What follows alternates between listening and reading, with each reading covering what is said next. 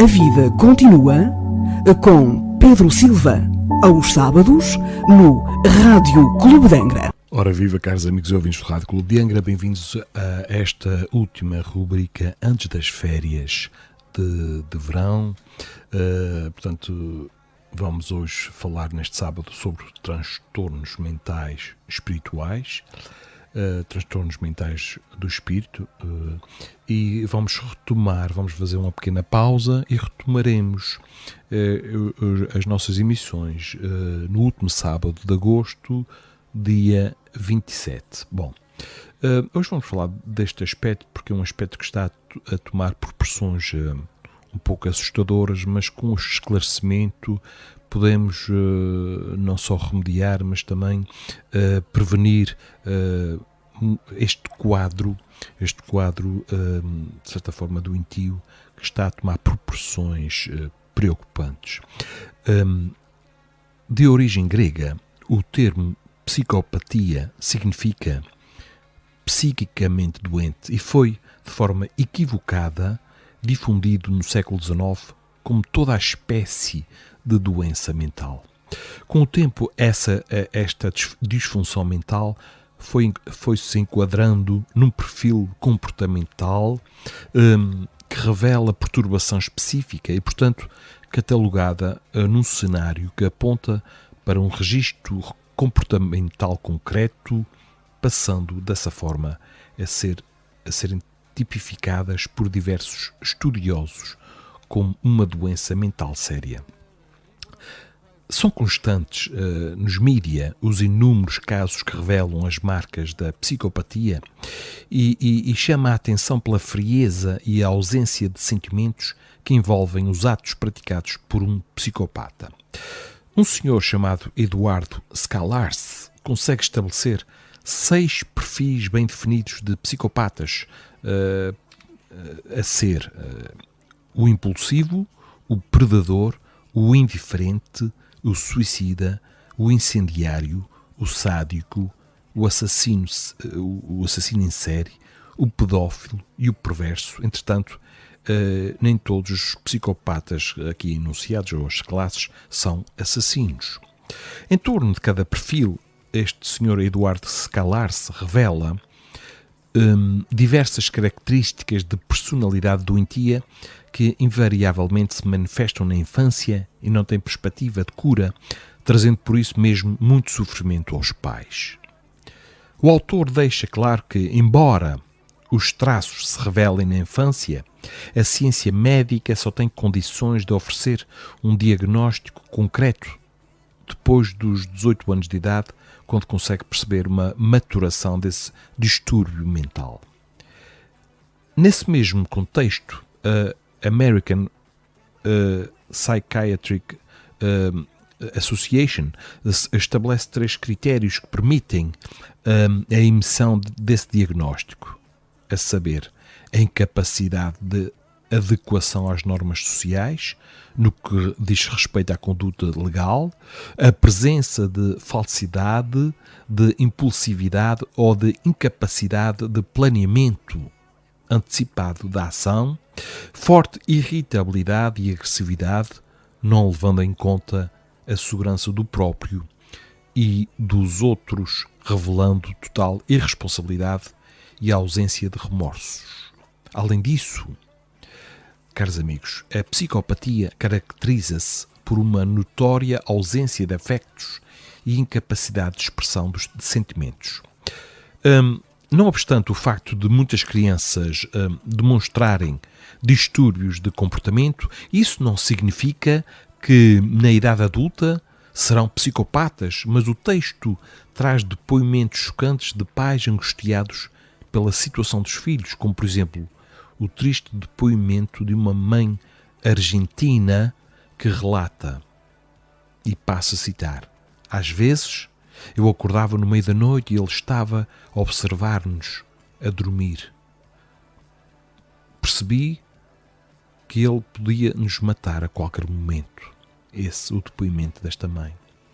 Naturalmente, caros amigos e ouvintes, o tema é largamente estudado à luz da psicologia e da psiquiatria, mas o nosso grande desafio é examiná-lo à luz da doutrina espírita, que nos oferece ampliados mecanismos de entendimento sobre a zona do inconsciente ou a zona espiritual, que, como sabemos, nutre e alimenta a nossa estrutura material. O Dr. Jorge André,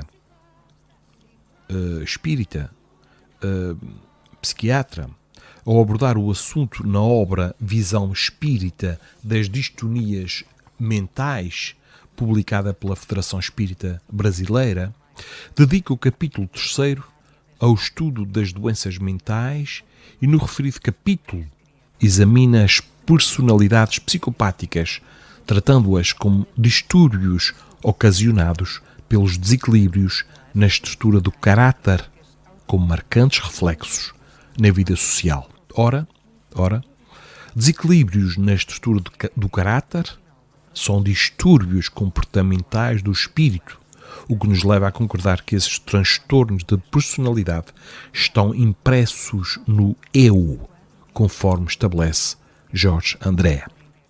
Portanto, caros amigos e ouvintes, são transtornos mentais de difícil tratamento pelas terapias tradicionais, visto que o espírito, ao reencarnar, traz consigo esses desajustes estruturais que se acentuam pelo desenvolvimento das chamadas dores psicológicas. Cabe destacar nesse contexto que o perfil psicopata pode pertencer a qualquer nível social ou profissional, atuando inclusive no mundo corporativo. Do ponto de vista da análise de personalidade, o psicopata apresenta um perfil superficial que abriga o chamado transtorno da personalidade antissocial e demonstra uma aparente normalidade. Bom, embora eventualmente possa demonstrar impulsos irresistíveis e alterações parciais de conduta, não são de fácil identificação para os leigos, mas com o tempo percebemos que estes indivíduos são invariavelmente problemáticos. Quando o corpo falece, quando partem para a pátria espiritual, essas personalidades psicopatas estão identificadas nas obras espíritas e não raramente surgem como pseudo-líderes das hostes que pululam as regiões infelizes, pregam a justiça a qualquer preço e caracterizam-se como estrategas ou julgadores. Além disso, demonstram extrema frieza e pobreza de sentimentos. Em suma, em resumo, não diferem em nada daqueles que cá estão inseridos no mesmo contexto. Caros amigos e ouvintes, nestes casos, a ausência de consciência é característica marcante nas personalidades psicopatas. Por isso mesmo, a ciência médica afirma que a ausência desse atributo permite ao indivíduo praticar crimes, pois eles não conseguem evitar a conduta que os levou a praticar delitos. Acerca do tema, a doutrina espírita vem ensinar-nos que não existe efeito sem causa, assim como as ciências. A ciência baseia-se no axioma: todo efeito possui uma causa. A doutrina espírita também se baseia nisto. Que tudo tem a sua razão de ser e que nenhum ataque às leis de Deus fica sem o reparo correspondente. Conforme o Espiritismo nos ensina, tudo começa na nossa mente e certamente a mente dos psicopatas é um grande painel de inquietações. O espírito André Luiz, no livro Mecanismos da Mediunidade, esclarece-nos sobre o funcionamento da mente como elemento idealizador, onde o pensamento se pode materializar plasmando formas de longa duração como resultado da ação das ondas mentais emitidas. Ensina o espírito André Luiz o seguinte: na mediunidade de efeitos intelectuais, a idioplastia assume papel extremamente importante, porque certa classe de pensamentos constantemente repetidos sobre a mente mediúnica, menos experimentada, pode constrangê-la a tomar certas imagens mantidas pela onda mental persistente como situações e personalidades reais, tal qual uma criança que acreditasse estar a contemplar essa paisagem ou aquela pessoa tão só por ver-lhes o retrato animado num filme. Amigos, a imensurável capacidade biopsíquica do cérebro humano permite que este desenvolva funções capazes de gerar, sinalizar, emitir e captar energias mentais em inúmeras frequências, funcionando de forma semelhante a sofisticado sistema de comunicação que se autoalimenta pela vontade, vitalizando dessa forma todos os centros da alma. Naturalmente, essas correntes possuem caráter construtivo e destrutivo e são diretamente proporcionais aos desejos e pensamentos motivadores dessas ações. E, em virtude disso, as infrações cometidas ficam arquivadas nos caninhos da alma e, de acordo com a gravidade, produzem lesões e distúrbios no mecanismo perispiritual, ou seja, no nosso corpo espiritual, de forma tal que os efeitos dessas ações afetarão profundamente o seu autor, a ponto de, em muitos casos, reconduzi-los a uma nova reencarnação em corpos prisões, porque ninguém consegue fugir à lei divina. Embora, caros amigos ouvintes, os atos dos psicopatas causem grande comoção social, a pena de morte não se justifica sobre os princípios da doutrina espírita. Num outro livro, cujo tema é O Homem Integral, o espírito Joana de Ângeles esclarece-nos quanto à nossa postura, afirmando que, e cito, a maldade sistemática, a impiedade, o temperamento hostil revelam as personalidades psicopatas que antes necessitam de ajuda ao invés de ataque. Ajuda, caros amigos. Muita oração, carinho, ternura, respeito. A bondade, neles latente, aguarda o momento de se manifestar e predominar, mudando-lhes o comportamento. Com tal atitude, de identificar a bondade, torna-se possível a superação do sofrimento, como quer que se apresente, especialmente o que tem procedência moral. A solução, caros amigos ouvintes, que acreditamos, portanto, mesmo com os criminosos de alta periculosidade, os genocidas, os homicidas, é que eles não devem ter as suas vidas ceifadas, mas sim isolados da sociedade, em prisões. Ou então entregues a trabalhos retificadores, a fim de que possam, de alguma maneira, retribuir de forma positiva à sociedade os danos que tenham causado. Vamos, para terminar, ler aqui um pequeno trecho retirado do livro de Ivone do Amaral Pereira, que foi ditado pelo espírito Adolfo Menezes, que nos esclarece a relação das doenças mentais e os problemas espirituais. Eis a pergunta: as doenças mentais são sempre vinculadas a problemas espirituais? Mesmo aquelas que têm substrato orgânico? E a resposta de Adolfo Menezes é a seguinte: certamente, meus amigos, com algumas exceções. As exceções podem ser fadiga mental, depressões nervosas ocasionadas por algum fator patológico, impurezas do sangue, sífilis e outras de fácil verificação. A própria loucura de origem alcoólica poderá ter causa espiritual, visto que o alcoólatra poderá ser um obsidiado ou atrair a fins espirituais que lhe compliquem os distúrbios. Mas nem todas as doenças mentais têm origem na obsessão, embora sejam de origem psíquica. O mundo espiritual é intensíssimo e os homens estão longe de compreender a sua intensidade. Por sua vez, acrescenta, o ser psíquico, o perispírito inclusive, e acima de tudo a mente, são potências inimagináveis para os homens.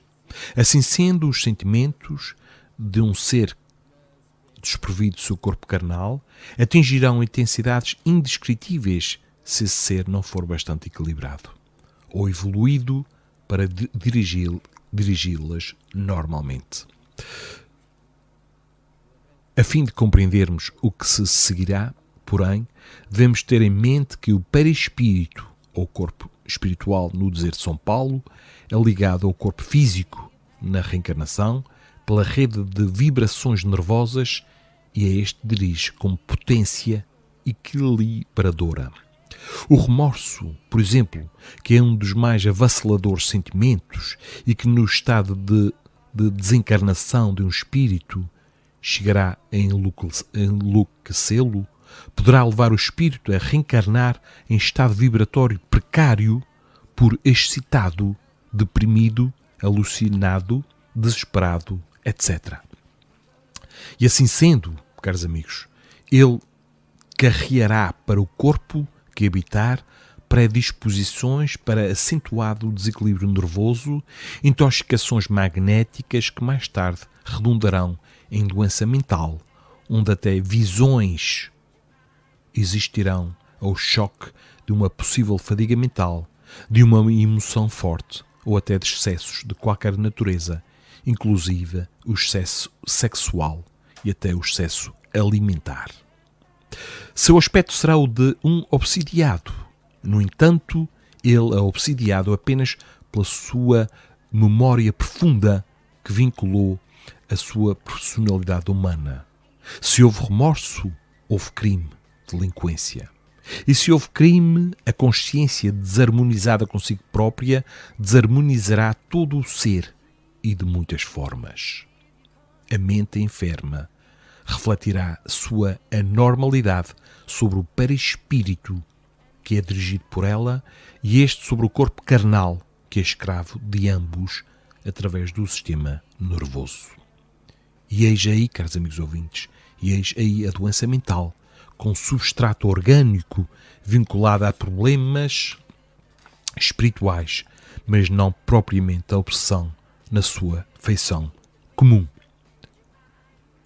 Se se tratar desse paciente pelas vias espíritas comuns, é provável que ele não se recupere, ou pelo menos que não se recupere com facilidade, visto que não existe um obsessor propriamente dito. E se evocar um obsessor insistindo na atração, facultar-se-á a possibilidade da comunicação do próprio espírito, do suposto obsidiado, que será atingido pelas correntes vibratórias atrativas, cairá como que em transe, adormecerá e dará a comunicação. Referir-se-á a ele, isto é, ao corpo que ocupa, como se se tratasse de outra personalidade, pois é sabido que o espírito de um vivo se comunica em sessões de experimentações, refere-se ao próprio corpo usando a terceira pessoa do singular. Se tais tentativas forem bem planeadas e aplicadas, o tratamento beneficiará o comunicante, visto que ele terá sido doutrinado, esclarecido, evangelizado, instruído, consolado, etc., pois tal tratamento é usado no mundo invisível para encarnados ou para nós que estamos no corpo carnal, sofredores e desequilibrados, com muito bons resultados. Mas se o esclarecedor ou doutrinador, durante a comunicação, entrar a supô-lo um obsessor espiritual e procurar convencê-lo de tal, com assertivas que não se amoldem ao caso, confundirá o comunicante e ele se retirará assaz, desgostoso e desorientado. Assim, caros amigos ouvintes, pois Para evitar tal contratempo, convém que os dirigentes das sessões mediúnicas conheçam bastante o terreno em que estão a agir, que disponham de médiuns assaz seguros para transmitirem as instruções dos dirigentes espirituais, indicando as tentativas a serem feitas. As sessões de estudo doutrinário serão de grande utilidade para tais casos, se o paciente estiver em condições de frequentá-las. Este trecho, caros amigos ouvintes, foi retirado então do livro Recordações da Mediunidade. E isto que acabei de vos ler tem muito a ver com as reuniões mediúnicas que são feitas em privado, nos centros espíritas idóneos, tudo de uma forma lógica, que não provoca espanto, tudo feito de forma racional. Não estamos aqui a falar do espanta-espíritos, de tirarmos águas bentas e assustar, como se os espíritos se assustassem com isso. Os espíritos são pessoas que viveram aqui no corpo físico, tal como nós, e têm que ser esclarecidas à luz da razão, à luz do Evangelho, à luz do amor de Jesus, com empatia, e não através de rituais que não resultam. É preciso esclarecer os nossos irmãos que nos perseguem, mas para que nos afastemos destes irmãos que nos obsediam, somos nós que temos que mudar em primeiro lugar, pois nós atraímos aquilo que nós somos.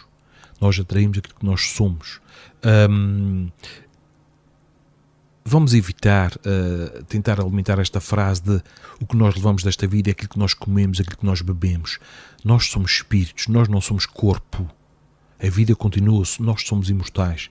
Aquilo que nós bebemos e comemos em excesso vai assim causar maior dano para a nossa partida para o plano espiritual.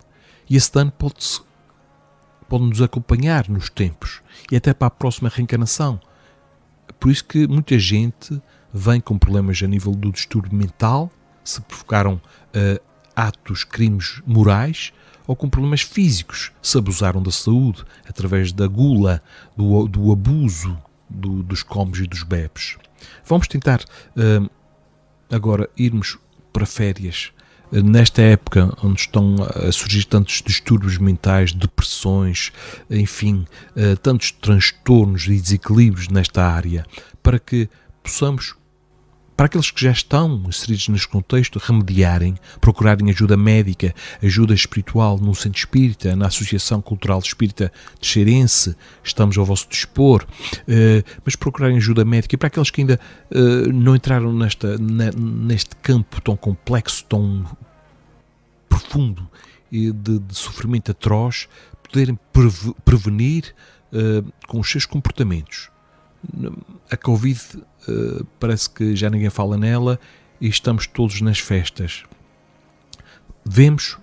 Podemos e devemos nos divertir, mas cuidado, amigos, com os abusos.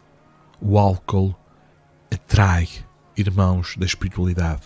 O excesso de fumo, de abuso de drogas lícitas ou ilícitas. Cuidado. Vamos nos divertir, mas de forma moderada, de forma saudável. Vamos cada vez mais conviver com a natureza, usar e não abusar. Caros amigos ouvintes, vamos ler assim, só para nos despedirmos desta rubrica antes das férias, com a seguinte mensagem do livro Vida Feliz por Joana de Ângeles, que diz assim: quando o homem se resolve por modificar a conduta moral para melhor, parece defrontar uma conspiração geral contra os seus propósitos de enobrecimento. Tudo se altera e desgoverna. As mínimas coisas fazem-se complicadas e o ritmo dos acontecimentos, por algum tempo, muda para pior. Esse estado de coisas leva o candidato à reforma íntima a retroceder, a desistir. É natural, porém, que assim aconteça. Toda a transferência modifica o habitual. Na área das ações morais, a reação é maior, porquanto se penetra nas raízes do mal para extirpá-lo, a fim de dar surgimento a novos e equilibrados costumes. Por isso, arremata Joana de Ângeles, não abandones desse modo os teus intentos de moralidade e crescimento interior em razão das primeiras dificuldades a enfrentar. Agora sim, caros amigos ouvintes, esta é uma mensagem que fica para conselho, para meditarmos durante estas férias. Não se esqueçam de darem o primeiro passo em direção à vossa própria felicidade. Somos os únicos responsáveis por aquilo que nos acontece, mas nesta caminhada evolutiva, com as provas que todos temos que enfrentar, ninguém está só. Vamos ter a humildade de pedir ajuda, não enfrentar as coisas sozinhos. Humildade de pedir ajuda. A Associação Cultural Espírita Xerense está ao vosso dispor. Procurem-nos na página de Facebook e falem connosco. Estamos sempre abertos. E a nossa entrada é sempre livre e gratuita, pois dai de graça o que de graça recebestes. Então, caros amigos ouvintes, até o próximo dia 27 de agosto. Excelentes férias para quem está de férias, bom trabalho para quem está a trabalhar, convívio, paz, amor. E um grande abraço aqui do Pedro Silva. Então, até lá. A vida continua com Pedro Silva, aos sábados, no Rádio Clube de Angra.